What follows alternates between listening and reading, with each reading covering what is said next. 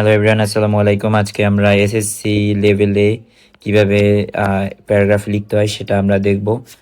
তোমার যদি এসএসসি লেভেলে বা কোনো এক্সামে যদি প্যারাগ্রাফ কমন নাও পড়ে, সেক্ষেত্রেও তুমি যেন প্যারাগ্রাফটা লিখে আসতে পারো, বা লিখে আসতে পারলে সেখানে যেন অ্যাটলিস্ট 8 নাম্বার সিকিউর করতে পারো, সেটার জন্য কিভাবে কি প্রিপারেশন নেবা সেটা আজকে আমরা এই ভিডিওতে দেখব। তো চলো শুরু করি। প্রথমে দেখা যায় হোয়াট ইজ এক্স্যাক্টলি প্যারাগ্রাফ। তো প্যারাগ্রাফ হচ্ছে একটা কোনো আইডিয়া, কোনো একটা বিষয় নিয়ে, টপিক নিয়ে একদম ডিপ ডাইপে সেন্ট্রাল একটা পয়েন্ট হিসাবে এটার ভিতরে বিস্তৃতভাবে লেখা, এলাবোরেট করা, একদম কনসাইজ পাওয়ারফুল হতে হবে তোমার রাইটিংটা এসএসসি লেভেলে। তা না হলে তোমার মার্কটা তেমন আসবে না। এইটে তোমাদের ভয় পাওয়ার দরকার নাই যে কিভাবে লিখলে পাওয়ারফুল রাইটিং হবে, এটা আমরা এই ভিডিওতেই শিখবো। তোমাদের প্যারাগ্রাফে মূলত 3টা দিকে ফোকাস করতে হবে।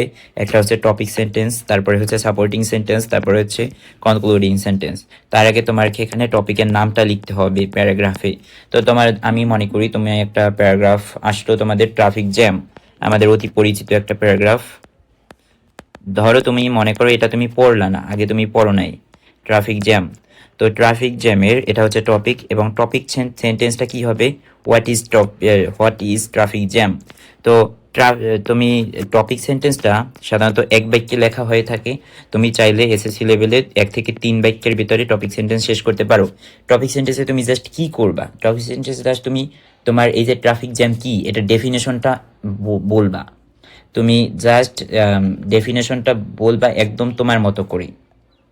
তো ট্রাফিক জ্যাম কি আমি যদি বাংলায় বলি, এভাবে তুমি চিন্তা করতে পারো যে ট্রাফিক জ্যাম হচ্ছে এমন একটা সিচুয়েশন যেখানে অনেকগুলো ভেহিকল আটকে থাকে এবং তারা নড়াচড়া করতে পারে না। তো এটাই তো এটা ইংলিশ করো just, traffic jam is a situation where a lot of vehicles can't move and they got stuck there. তো এটা হচ্ছে তোমার ট্রাফিক জ্যামের সংজ্ঞা বা ডেফিনেশন বলতে পারো। তো তুমি এটা 1 থেকে 3 লাইনের ভেতরে শেষ করবা। তারপরে তোমার হচ্ছে সাপোর্টিং সেন্টেন্স লিখতে হবে। সাপোর্টিং সেন্টেন্স হচ্ছে সব থেকে মেইন, এবং এখানেই তোমার বেশি ইফোর্ট দিতে হবে। তোমার সাপোর্টিং সেন্টেন্সে 3টা ধাপ থাকে। একটা হচ্ছে এলাবোরেশন, 2 নম্বরে হচ্ছে এই সাপোর্টিং সেন্টেন্সে তোমার যে একটা ট্রাফিক জ্যাম একটা নেগেটিভ, ডেইলি লাইফে আমাদের নেগেটিভ ইম্প্যাক্ট ফেলে, তো একটা নেগেটিভ প্যারাগ্রাফ। তো নেগেটিভ প্যারাগ্রাফের অবশ্যই কিছু ক্ষতিকর দিক থাকবে, তো সেইগুলো লিখবা। এটাকে লিখতে পারো যে তোমার এফেক্ট লিখতে পারো, অথবা তুমি প্রবলেম যেগুলো ইনক্রিজ করে সেগুলো লিখতে পারো। আর 3 নাম্বারে লিখবা তুমি সলিউশন ট্রাফিক জ্যামে। এখন তুমি মনে করতে পারবো যে ভাইয়া ট্রাফিক জ্যাম তো হচ্ছে একটা নেগেটিভ প্যারাগ্রাফ, তো আপনি বলতে পারেন যে পজিটিভ প্যারাগ্রাফ যদি আসে, যেমন আর্লি রাইজিং এর ক্ষেত্রে আমরা কি করব, এটা তো একটা পজিটিভ প্যারাগ্রাফ, আর্লি রাইজিং করলে এটা বাড়ে। তোমার আর্লি রাইজিং এখানে এলোবেরেট করতে হয়। এরপরে আর্লি রাইজিং এ তোমার সেখানে এফেক্ট থাকে না, প্রবলেম থাকে না, সেখানে কি থাকে, প্রস থাকে। প্রস মানে হচ্ছে তোমার যে সুবিধাগুলো থাকে, বেনিফিট থাকে, সেইগুলো লিখবা তুমি এখানে। এরপরে সলিউশন তো আর কিছু দেওয়ার নাই, তুমি এটা কিভাবে ইউটিলাইজ করবা আর্লি রাইজিংয়ে সেইটা এখানে দেবা। সলিউশনে থাকে ইউটিলাইজেশন। ইউটিলাইজেশনটা আমি যদি একটু বুঝাই তোমাকে, আর্লি রাইজিং যদি তুমি আর্লি রাইজিংয়ে তুমি যে প্রসগুলো পাচ্ছ, যেমন আর্লি রাইজিং উঠলে সকালে উঠলে তুমি অনেক টাইম পাচ্ছ, কোনো কাজ স্টার্ট করতে পারছো, সকালের আর্লি একটা মর্নিং ওয়াক দিতে পারছো। তো এইটার জন্য তোমার ইউটিলাইজ করা লাগবে। তোমার সকালে উঠতে হলে কি কি করতে হবে, যেমন তুমি আগের রাত্রে 6 ঘন্টা প্লাস ঘুমানো দরকার, সেই জন্য আগে আগে ঘুমাতে যেতে হবে। তারপর তুমি আর্লি রাইজিং যদি তুমি করতে চাও, তোমার অ্যালার্ম সেট করতে পারো, ইত্যাদি ইত্যাদি। এইগুলো হচ্ছে তোমার ইউটিলাইজেশন, বা এইগুলো হচ্ছে তোমার way of rising early. So এখানে এই সলিউশনের জায়গায় এখানে এগুলো দিতে পারো। এখন তোমার এলোবেরেশনের জায়গায় আমি যদি যাই, আমি তার আগে একটু দেখাই টপিক সেন্টেন্সটা তোমরা কিভাবে লিখবা। টপিক সেন্টেন্স হচ্ছে একদম ফার্স্ট সেন্টেন্স, এটা প্যারাগ্রাফের, এটা স্টেজ দ্য এন্টায়ার ডিসকাশন। এইটার মূলত এন্টায়ার ডিসকাশনটা এই টপিক সেন্টেন্সের আওতাই হবে। তারপরে তোমার হচ্ছে এটা হচ্ছে একদম সাবজেক্ট, কোর সাবজেক্ট ইন্ট্রোডিউস করবে, একদম সাবজেক্টটা ভালো মতো করে ইন্ট্রোডিউস করবে বা ওই যে টপিকটা ইন্ট্রোডিউস করবে। আর এখানে কি আছে, precisely what paragraph will be about, এটা তো আগেই বলছি। তোমার ধরো এখানে একটা এক্সাম্পল দেওয়া আছে, ধরো তোমার একটা টপিক সেন্টেন্স হচ্ছে, একটা টপিক হচ্ছে ইওর ফেভারিট হবি। তো তুমি চাইলেই তোমার বলতে পারো যে your favourite hobby is reading books, কিন্তু এইটা যদি তুমি দাও তাহলে তুমি কম নাম্বার পাবা। তোমার আগে তুমি দিতে পারো যে তোমার এই যে ফেভারিট হবি, হবিটা মূলত কি, ফেভারিট হবি কি, হোয়াট ইজ ফেভারিট হবি, তুমি এইটা বলো, তাইলে তোমার টপিক সেন্টেন্সটা আরো সুন্দরভাবে লিখতে পারবা। এটা হচ্ছে টপিক সেন্টেন্স, যেটা তোমার হচ্ছে, আমি আবারও বলি, 1 থেকে 3 লাইনের ভিতরে তোমরা শেষ করার ট্রাই করবা। তুমি যদি 1 লাইনে শেষ করতে পারো তাহলে বেস্ট হয়। তারপর হচ্ছে সাপোর্টিং সেন্টেন্স, এখানে তুমি তোমার আর্গুমেন্টগুলো দিবা। এখন তুমি চিন্তা করতে পারো, ভাই আমি তো আর্গুমেন্ট কিভাবে দিব, আমি তো তেমন কিছু জানি না। সেই ক্ষেত্রে তোমার আগে ওই যে বিভিন্ন আমাদের টপিক সম্পর্কে জ্ঞান রাখতে হবে। আর তোমার যদি জ্ঞান নাও থাকে তাহলেও আমি ভিডিও লাস্টে একটা সিস্টেম শিখাবো, যে 5টা ওয়েতে তুমি এইগুলো লিখতে পারো, সেই ওয়েগুলো আমি শিখিয়ে দেবো, যাতে তুমি এক্সামে প্যানিক অ্যাটাক না খাও এবং লিখে আসতে পারো অ্যাটলিস্ট। তো তুমি এই জ্ঞানটা কেমনে পাবা, তুমি তোমার একটু নিউজ পেপার পড়তে হবে, নিউজ পেপার, অথবা তুমি চাইলে একটু তুমি ইংলিশের নিউজ পেপারগুলো পড়ো, এডিটোরিয়ালগুলো পড়ো। তাছাড়া তুমি পারো যে একটা যে কোনো বিষয় নিয়ে, প্রত্যেকটা বিষয় নিয়ে পড়তে হবে এরকম কোনো কথা নাই। ট্রেন্ডিং যেগুলো বিষয়গুলো বর্তমানে, যদি ট্রেন্ডিং বিষয় বলি যে জুলাই আপরাইজিং হতে পারে, জুলাই আপরাইজিংয়ে কী কী হয়েছিল এগুলো একটু পড়বা। পড়লে তাইলে তোমার ভিতরে একটু ক্যাপাবিলিটি আসবে। তোমার অবশ্যই ফ্রি হ্যান্ড রাইটিংটা এনহ্যান্সড করা থাকতে হবে, না হলে তাহলে তুমি কিন্তু তেমন একটা ভালো লিখতে পারবে না। অ্যান্ড ফ্রি হ্যান্ড রাইটিং সম্পর্কে যদি তুমি ক্লাস চাও তাহলে আমি মেক করতে পারি, তোমরা আমাকে একটু বলবা। নিউজ পেপার পড়তে পারো, এটা একটা ভালো দিক টপিক আর্গুমেন্ট পেশ করার, বা তুমি একটা বিষয় নিয়ে জ্ঞান জানার। তাছাড়াও তুমি ট্রেন্ডিং বিষয়গুলো নিয়ে জানার ট্রাই করবা, যেগুলো দিকে প্যারাগ্রাফ আসতে পারে। যেমন 2019 সালে বা 2019 সালে প্রবাবলি এইচএসসি বা এসএসসি লেভেলে একটা প্যারাগ্রাফ ছিল যে স্যাটেলাইট, বঙ্গবন্ধু স্যাটেলাইট। তো এরকম ওইটা কিন্তু ওই সময় ট্রেন্ডিংয়ে ছিল, বা 4G নেটওয়ার্ক ছিল ওই সময় ট্রেন্ডিংয়ে। বর্তমানে যদি বর্তমান চিন্তা না করি, কিছু বছর আগেও পদ্মা ব্রিজ ছিল হচ্ছে ট্রেন্ডিং একটা বিষয়, এগুলো নিয়ে প্যারাগ্রাফ আসবে, তোমার অবশ্যই এগুলো নিয়ে পড়তে হবে। এখানে তুমি সাপোর্টিং সেন্টেন্স নিয়ে আমি বেশি আলোচনা এখানে করলাম না, কারণ আমি পরবর্তীতে সাপোর্টিং সেন্টেন্সগুলো কিভাবে লিখবা আমি সবগুলোই তোমাদেরকে দেখাবো। তারপরে হচ্ছে কনক্লুশন বা কনক্লুডিং সেন্টেন্স। কনক্লুডিং সেন্টেন্সটা ওই একই টপিক সেন্টেন্সটা বারবার রিপিট করবা অন্যভাবে বলে। কিভাবে রিপিট করবা আমি দেখাবো। এইখানে আমি যেখানে বলছিলাম যে 5টা ওয়ে আছে টপিক, মানে তোমার একটা প্যারাগ্রাফ লেখার, এইটাই হচ্ছে সেই ওয়েটা। তোমার একে টপিকটা তুমি করবা, লিখবা, তারপরে হচ্ছে ব্রেইন স্টর্ম করবা। ব্রেইন স্টর্ম কিভাবে করে আমি এইটাই দেখাবো। এইটাই মূলত তুমি যদি কার প্যারাগ্রাফ কমন না পাও তাহলে এইখানেই তোমার বিষয়গুলো আসতে হবে। ব্রেইন স্টর্ম করার ক্ষেত্রে তুমি একদম তোমার খাতার পেছনের পেজে যাবা, উপরে নাম লিখবা রাফ, তারপরে কেটে দেবা অবশ্যই। তোমার ধরো ট্রাফিক জ্যামের জন্য যদি আমরা ব্রেইন স্টর্ম করি, ট্রাফিক জ্যাম আমার যে সাপোর্টিং সেন্টেন্সের জন্য আমরা ব্রেইন স্টর্ম করবো। আমরা ট্রাফিক জ্যামের কারণে কি কি হয়, আমাদের অনেক ক্ষতি হয়, হার্ম হয়। কি হার্ম হয়, কাদের হার্ম হয়? হার্ম হয় বলতে পারো যে স্টুডেন্টসদের হার্ম হয়, তারপর ওয়ার্কার্সদের হার্ম হয়, অফিস ওয়ার্কার্স বলতে পারো।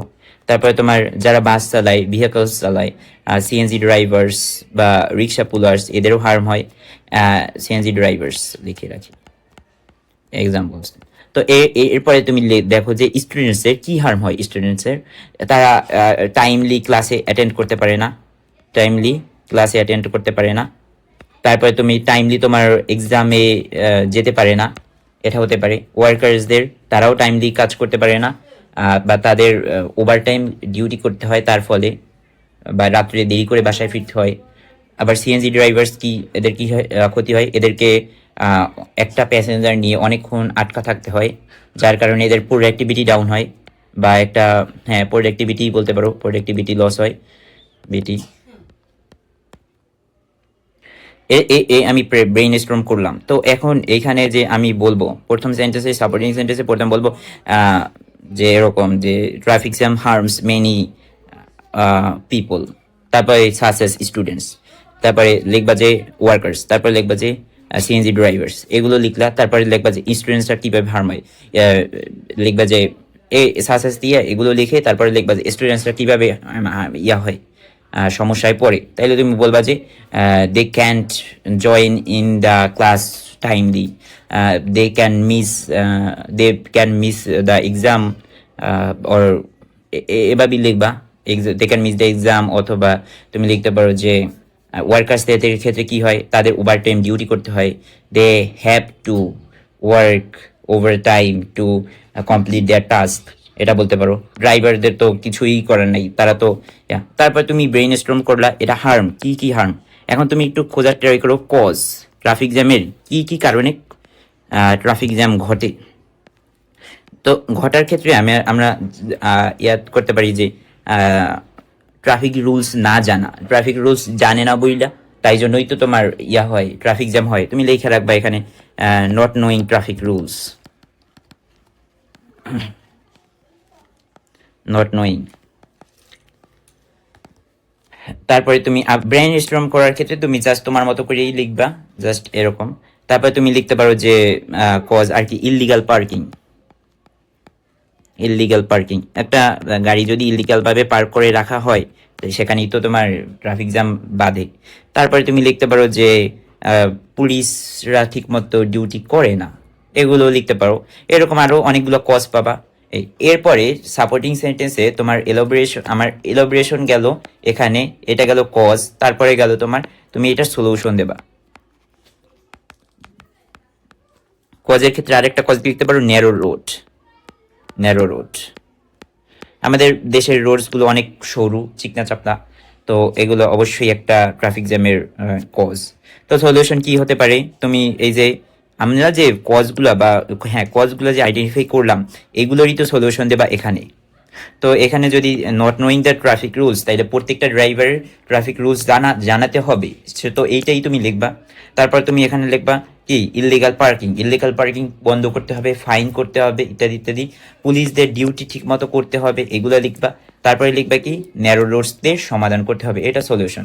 তাইলে তুমি একদম এটা হচ্ছে তোমার ব্রেইন স্ট্রম। ব্রেইন স্ট্রম করা হইলে এখন তোমার এই যে এখানে ক্রাফট দ্য টপিক সেন্টেন্স বলছে না, তুমি ক্রাফট দ্য টপিক সেন্টেন্স এবং সাপোর্টিং সেন্টেন্স এইটা দুইটা আইডিয়া আমি একসাথে যদি বলি, তুমি জাস্ট তোমার এই আইডিয়াগুলো নিয়ে বিভিন্ন সেন্টেন্স বানাবা, লিখবা, নিজের মতো আগে মাথায় গাঁথবা। তো গাঁথলে তাইলে তুমি হচ্ছে সেন্টেন্স বানাবা। সেন্টেন্স বানালে তাই জাস্ট সেগুলো পেস্ট করবা তোমার মেইন খাতায়।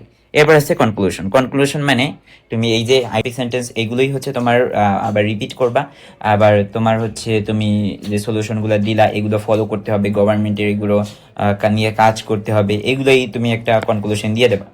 তো এই হচ্ছে পাঁচটা ওয়ে। এই পাঁচটা ওয়ে যদি তুমি ফলো করো একদম, এবং তুমি যদি ভালো করে লিখতে পারো, তুমি আশা করি তোমার কোনো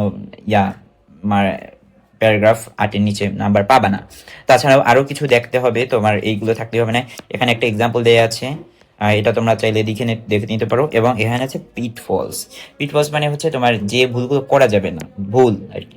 তো ইরিলেভেন্ট কন্টেন্ট, তুমি যদি ট্রাফিক জ্যাম নিয়ে করো, প্যারাগ্রাফ লিখো, সেখানে যদি তুমি লোডশেডিং এর বিষয়টা আনো তাহলে সেটা ইরিলেভেন্ট হবে, তুমি এটা আনতে পারবে না। জাস্ট ট্রাফিক জ্যাম নিয়েই লিখবা। গ্রামার অ্যান্ড পাঞ্চুয়েশন এগুলো তোমার অবশ্যই খেয়াল রাখতে হবে, গ্রামার এবং পাঞ্চুয়েশন, ক্যাপিটালাইজেশনটাও খেয়াল রাখতে হবে।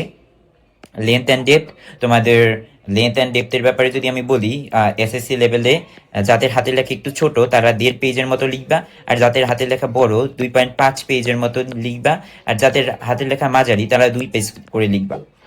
তাইলে হচ্ছে একটা আইডিয়াল স্ট্রাকচার হবে, আইডিয়াল একটা লেন্থ হবে, আইডিয়াল একটা ডেপথ হবে। তারপরে রিপিটেড আইডিয়াস, এটা কখনোই করবা না।